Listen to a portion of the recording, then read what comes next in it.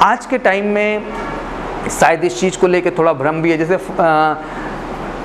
Central arm police force या paramilitary forces में जाने का लोग रास्ता समझते हैं केवल एसएससी जीडी। क्या समझते हैं रास्ता? बट ये सही नहीं है। There is a lot of way, और भी रास्ते हैं जो टाइम टू टाइम वैकेंसीज आती रहती हैं। बीएसएफ की अपनी स्पेशल वैकेंसी आती है, जिसमें बीएसएफ आरएम अभी भी सुन रहे होंगे आप, ठीक बच्चा। हेड कांस्टेबल कैटेगरी में अलग आता है, ट्रेड्समैन कैटेगरी में अलग आता है। यही चीज़ बच्चा सीआईएसएफ में भी होती है, यही चीज़ सीआरपीएफ में भी होती है, यही चीज़ एसएसबी में भी होती है। सुनते होंगे आप एसएसबी हेड कांस्टेबल आया हुआ, क्या आया हुआ है? ये 10+2 लेवल की क्वालिफिकेशन मांगता है बच्चा, क्योंकि थोड़ा सा क्लर्कियल लेवल का काम होता है, तो क्योंकि गृह मंत्रालय में ही काम करना होता है इन्हें, तो उस तरह की रिक्वायरमेंट होती है। मैं समझाना क्या चाह रहा था? मैं समझाना ये चाह रहा था बच्चा कि जो पढ़ाई आप पढ़ रहे हैं, दैट मीन जो आपका अर्थमेटिक है मेरे बच्चा, जो आपका रीजनिंग है, जो आपका जीके है, और जो आपका हिंदी ऑब्लिक इंग्लिश है, वो आपका चॉइस है कि आप हिंदी पढ़ रहे हैं कि इंग्लिश पढ़ रहे हैं। ये एक ऐसा सब्जेक्ट है, एक ऐसी पकड़ है कि अगर इस पर अच्छा कवरअप कर दिया जाए तो जितना भी पैरामिलिट्री फोर्सेस का ऑप्शन है, या आर्म फोर्सेस में भी तुम पूरी आर्मी ही उठा लो, सबका ऑप्शन यहीं से क्या हो जाता है बच्चा? पूरा हो जाता है। और कमाल की बात है कि पहला स्टेप यही है, पहला स्टेप यही। और कट ऑफ तो देख ही लिया तुम लोगों ने इस बार, समझ में आई? यही सच है बच्चा।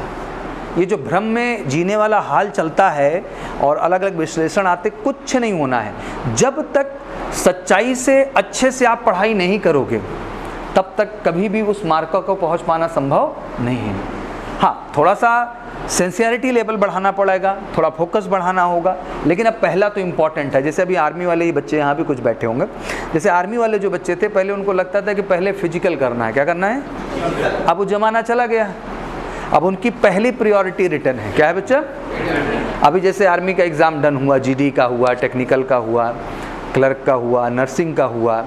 अब इसमें भी कैटेगरी दो हिस्से में बांट दी गई बेटा, एक तो अग्निवीर कैटेगरी है और एक परमानेंट कैटेगरी है। अग्निवीर में भैया आपका आ जाता है जीडी, टेक्निकल, क्लर्क और ट्रेड्समैन और डब्ल्यूएमपी, ये आते हैं अग्निवीर के तहत बच्चा। रेस्ट जैसे कि नर्सिंग हुआ, सिपाही फार्मा हुआ, एसएसी एक बड़ी अच्छी वैकेंसी इसके अंदर है, हवलदार एसएसी, जिसको कहा जाता है सर्वेयर ऑटोमेटेड कार्टोग्राफर, ठीक है ना। तो ये जो होती है प्रोफाइल, ये भी परमानेंट का है। और इसी में बच्चा एक और है, रिलीजियस टीचर का। क्या है? तो ये भी जो है बढ़िया अपॉर्चुनिटी है, जो उस कैटेगरी में आते हैं। ये सब परमानेंट में जाते हैं बच्चा। किस में जाते हैं? तो ये भी अपॉर्चुनिटी है। अब जैसे अभी एग्ज़ाम डन हुआ है, फिजिकल का डेट भी फिक्स है कि 14 जून के बाद से शेड्यूल क्या हो जाएगा, शुरू हो जाएगा, सितंबर तक डन करेंगे। इसी भर्ती से कहा गया है कि जो है 2 बैच भरा जाएगा। कितना भरा जाएगा? अब इसका तो हमको एग्जैक्टली पता नहीं, बट सच ये है कि अगली वैकेंसी फिर आने को तैयार है इंडियन आर्मी की। अभी बहुत लोगों के बात पता नहीं है एग्जैक्टली, लोग ये सोच रहे हैं कि 2024 में आएगी। नहीं, ऐसा नहीं है, 2023 में ये वैकेंसी इनको रिलीज़ करनी है। सच जानना चाहते हो क्या? सच अंदर का ये है कि जितनी सीट इनका फर्स्ट बैच में भरना है, यही इनसे भर जाए इनका तो कमाल की बात हो जाए। अगले का तो स्कोप ही नहीं है। अगले का क्या नहीं है? तो लाजमी सी बात है कि इनको वैकेंसी जनरेट करनी पड़ेगी अगर इनको फर्स्ट मई वाला बैच अपना क्या करना। अब ये जो बच्चा पूरा प्रोसेस करेंगे, ये नवंबर वाले बैच के लिए, जो 1 नवंबर को क्या होगा बच्चा स्टार्ट होगा, तो 1 मई वाले के लिए प्रक्रिया फिर से आ जाएगी। तो तैयार रहिएगा, जैसे ही फॉर्म आएगा आप लोग क्या करिएगा, फिल। लेकिन फॉर्म फिल करना that is a different object. सबसे अहम चीज़ है तैयारी। क्या है बच्चा? जब तक वो जज्बा अंदर नहीं आएगा तब तक मज़ा नहीं आएगा। जैसे बेटी आपकी डब्ल्यूएमपी में आप लोग देखो, विमेन मिलिट्री पुलिस में पहले बहुत दिक्कत होती थी बच्चा, 85% कट ऑफ, 90% कट ऑफ। किसका? बोर्ड के परसेंटेज का, 10th के परसेंटेज का। अब इसके तहत आते ही सबसे बड़ा फ़ायदा ये हुआ कि कट ऑफ का क्राइटेरिया हट गया। अब मतलब हर बच्चे का जो है कॉल लेटर आएगा और उसे रिटन एग्ज़ाम देने का मौका मिलेगा। लेकिन रिटन एग्ज़ाम के बाद भी एक बड़ा प्रश्न है कि आखिर सर कट ऑफ कितना जाएगा, क्योंकि 100 नंबर का गेम है पूरा का पूरा इधर। तो ये भी मान के चलो को इसका भी कट ऑफ ठीक ठाक कैटेगरी में जाएगा। जो भी बच्चियां हमारी मान लीजिए कि 32 से लेकर के 35 के बीच में क्वेश्चन सही की हैं, उनको कोई क्वेश्चन मार्क नहीं है, उन्हें फेज़ 2 के लिए इन्वाइट किया जा रहा है। फेज़ 2 भी फेस करेंगे और फिर उनको मेडिकल प्रक्रिया में भी जाने का अवसर मिलेगा। देखो एक बड़ी अच्छी बात जो मैं ये समझाना चाहता हूँ, देखो हर व्यक्ति की अपनी अपनी बच्चा क्षमता होती है। क्या होती है? Now the lot of candidate they are focused toward the NDA. वो किसकी ओर फोकस करते हैं बच्चा? उनका लक्ष्य नेशनल डिफेंस एकेडमी है, and they have a single focus, single target and single aim. उसके साथ साथ वो आर्मी टीएस और नेवी टीएस जैसी अपॉर्चुनिटी भी ट्राई करते हैं।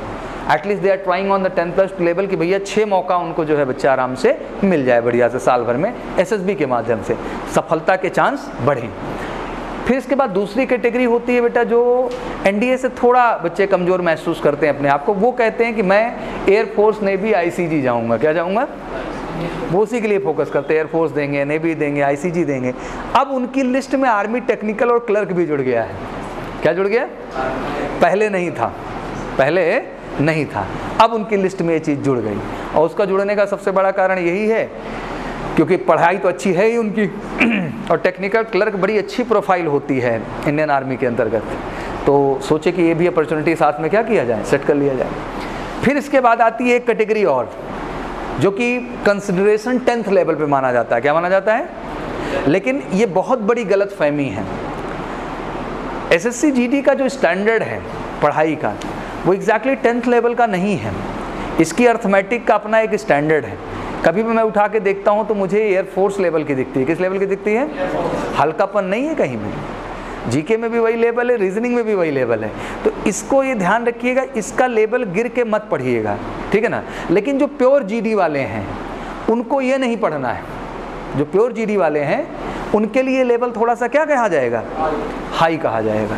भाई क्षमता है तो कोई बात नहीं है कि सर हम इस लेवल पे मेंटेन करेंगे, ये भी पीटेंगे और वो भी पीटेंगे। लेकिन नहीं है तो ज़बरदस्ती वाला काम नहीं करना चाहिए इंसान को। ठीक है, मैं मानता हूँ कि मैं कल एक वीडियो बना रहा था तो मैं उसमें 3 चीज़ें बच्चों को बड़ी अच्छी बताई कि लाइफ में आपका क्या और क्यों क्लियर होना बहुत ज़रूरी है। सबसे पहले तो क्या करना है। आज की जो जनरेशन है उसके सबसे बड़ी प्रॉब्लम ये है कि उसको पता ही नहीं कि उसको करना क्या है। इन्होंने ये बता दिया तो ये करने लगे, उन्होंने वो बता दिया तो वो करने लगे। अपना कोई ना दिल है, ना इमोशन है, ना जज्बा है। और जब तक आप सेल्फ किसी चीज़ में इन्वॉल्व ना हो उस चीज़ को कैसे पाया जा सकता है? बड़ी सच्चाई, बड़ी निष्ठा, बड़ी लगन और बड़ी ईमानदारी के बाद लोग सक्सेस पाते हैं बच्चा। और मैं लगातार सिलेक्टेड बच्चों से मिलता रहता हूँ एंड आई रियली थैंक्स कि मुझे वो अवसर मिलता है। And I feel the level of dedication, focus, sense of maturity, balance, उनको सब कुछ पता है कब क्या कैसे किस तरह करना है। अच्छा, मेरी कोशिश ये होती है कि मैं हर व्यक्ति को उस दहलीज पे ले जाऊँ, वो बात समझाऊँ कि हाँ एग्जैक्टली मैच्योरिटी वर्ड का असल में आपके लिए मतलब क्या है। तो सबसे पहले तो बेटा क्या करना है ये डिसाइड करो, करना भी है कि नहीं करना है। क्या क्लियर हो गया कि भाई ये करना है, तो उसके साथ आपका क्यों क्लियर होना बहुत ज़रूरी है। क्यों करना है? कर तो सब रहे हैं, बट आपका कुछ तो एक ऐसा स्ट्रॉन्ग रीजन होना चाहिए जिसके वजह से आपको पता चले आपको ये चीज़ क्यों करनी है। किसी को माँ बाप के सपनों के लिए करना है, किसी को खुद के सपनों के लिए करना है, लेकिन ये क्यों बड़ा सच्चा होना चाहिए। क्या होना चाहिए? अगर ये कॉपी पेस्ट है तो फिर समझ लो कि अंदर से उस इंसान को कुछ पाने का जज्बा नहीं है। भाई एमकेसी हज़ारों बच्चों को हम पढ़ा रहे हैं, क्या हम चाहते हैं कोई बच्चा हमारा सफल ना हो? हम तो सबको चाहते हैं कि हमारा एक एक बच्चा जाए, सफल हो के आए प्रॉपर तरीके से, और लगातार ये मोटिवेट करता हूँ। लेकिन सबका क्यों ही नहीं क्लियर है। मस्त है, लाइफ में चल रहा है, कट रहा है, देखेंगे यार जो होगा। तो बिगेट सच ए पीपल। फिर इस क्या और क्यों के बाद बेटा अगली चीज़ होती है कि आपको अपनी योग्यता को भी समझना है। क्या समझना है बच्चा? मैं किसी को डेमोरलाइज नहीं कर रहा हूँ, लेकिन सच भी कबूलना तो गलत नहीं है। साले भर का भैया मौका है, टारगेट बना लिए आईटी एडवांस, और क्षमता नहीं है यूपी सीट की, पढ़े लिखे है नहीं एक अक्षर सर, अभी तक मटर गश्ती मारे हैं। तो सच एक दिन में नहीं बदल जाता है, ये सच है तो कबूलो। हाँ मेरा लेवल ये है सर, मेरी क्षमता ये है, इस बात का शर्म नहीं होना चाहिए, इस बात पे नाज होना चाहिए, आपको गर्व होना चाहिए कि हम अपनी क्षमता अनुसार अपना लक्ष्य डिसाइड किए हैं। तो मैं बच्चा यही समझाना चाह रहा था कि जितना अपॉर्चुनिटी है आपके पास मैक्सिमम ऑप्ट करिए। और सबके लिए पहला स्टेज है बच्चा आपका रिटन एग्जाम में फोकस्ड प्रिपरेशन। और एक बात तो जान लो, ये अर्थमेटिक है, इससे भागो मत। ये पढ़ना भी पड़ेगा, समझना भी पड़ेगा और करना भी पड़ेगा। ये रीजनिंग है, भागो मत। इसको बिना पढ़े बिना प्रिपरेशन की आपका गुजारा नहीं है, मैं स्पष्ट कह दे रहा हूँ। और अंदर यार क्यों पालो भाई, अगर किसी चीज़ का क्यों नहीं पालोगे, इसे मुझे क्यों पाना है, तो फिर जमेगा नहीं मामला। और लगो आप जैसी यंगस्टर जनरेशन, सोचो दुनिया में लोग क्या से क्या कर जा रहे हैं। यहाँ तो बैठ के यार पंखे के नीचे प्रेम से केवल पढ़ना है। क्या करना है? हमको नहीं लगता इससे आसान काम कोई धरती पे है। इससे आसान काम कोई है क्या? बढ़िया से पढ़ के मेहनत करके अपनी काबिलियत के दम पे सफल हो लीजिए, फिर ज़िंदगी सुकून भरी है, सिस्टम में है, कोई दिक्कत नहीं है। बाकी किसी भी प्रोफेशन में या किसी भी चीज़ में मुझे नहीं लगता कि रोज़ कुआं खोदो रोज़ पानी पीने वाला कॉन्सेप्ट ना हो। हर जगह बहुत स्ट्रगल है बच्चा, और बहुत मेहनत है मेरे भैया। आपका ही एक रास्ता है जिसमें मेहनत करके कुछ क्या किया जा सकता है, पाया जा सकता है। खुद के लिए भी सम्मान, परिवार के लिए भी सम्मान, और मुझे लगता है समाज का सही विकास होने का यही तरीका है। जानते हो बच्चा, एक गांव से कोई बच्चा सफल होता है ना, तो उस गांव में एक प्रेरणा चली जाती है, लोग इंस्पायर होते हैं कि हमारे भैया कर लिए तो हम भी क्या करेंगे, अब करेंगे। लेकिन वो प्रेरणा बनने के लिए आपको सच्चाई से मेहनत करके कुछ अचीव करना पड़ेगा।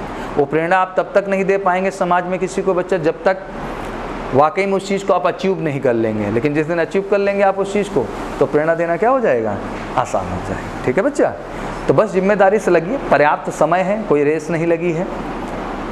जितना अपना अर्थमेटिक का टॉपिक है बढ़िया कमांड करिए।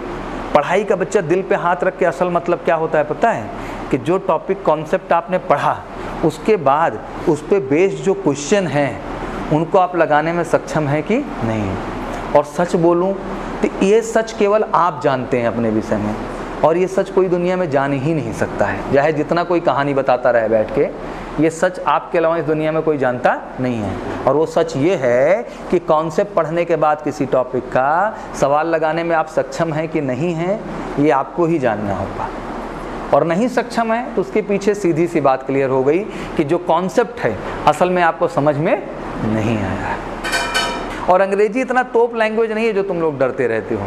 अगर पढ़ने में इन्वॉल्व हो जाया जाए तो मुझे तो लगता है हिंदी से भी आसान है वो। अब भगवान जाने कैसे माइंडसेट है यहाँ पे लोगों का, बट मुझे तो आई फील पर्सनली के लिए like it's easy from Hindi itself. Hindi से भी आसान लगती है ये। हिंदी में तो बहुत कुछ है, डीप लैंग्वेज है, टफ लैंग्वेज है, बट अंग्रेजी बहुत आसान है जो बच्चे पढ़ रहे हैं उस चीज़ को प्रॉपर तरीके से। ठीक है बच्चा, संघर्ष है मैं मानता हूँ, कंपटीशन भी है मैं ये भी मानता हूँ, लेकिन प्रयास ही इस संघर्ष और कंपटीशन को आसान बनाएगा। अच्छा, एक लक्ष्य तो अंदर इतना होगा बच्चा कि घर से निकल के इतनी दूर आना, मेहनत करना। भाई परिवार छोड़ना किसको अच्छा लगता बच्चा, किसी को नहीं लगता ना। हर आदमी चाहता है माँ बाप के पास रहें अपने, हाँ मतलब हर आदमी का वो होता है। तो अगर वहाँ से निकल के यहाँ तक आए हैं, कुछ संघर्ष स्टार्ट किए हैं, तो ये आपका जिम्मेदारी बनता है कि बच्चा कुछ असल में करिए। और असल में ईमानदारी यही होगी कि ईमानदारी से पूरा सिलेबस कंप्लीट करिए। जो भी टेस्ट में मौका मिल रहा है टेस्ट में जाइए, उसको भी अच्छे से दीजिए। और मौका मिले तो संडे को स्पेशल फिजिकल ग्राउंड पे आइए, जिससे थोड़ा सा मुलाकात हो, बातचीत हो, आप लोग भी अपने दिल की बात शेयर कर सकते हैं जो भी है। तो इतने सारे ऑप्शंस हैं, बस तैयार रहिए, फॉर्म आए भरिए, फटाक से दीजिए। सफलता से मत घबराइए। 10-10 मौके देंगे तो भगवान कहीं ना कहीं तो रास्ता लगाएंगे ना यार। लेकिन हम कोशिश ही ना करें, बैठे रहें, तब कहाँ से रास्ता लगेगा।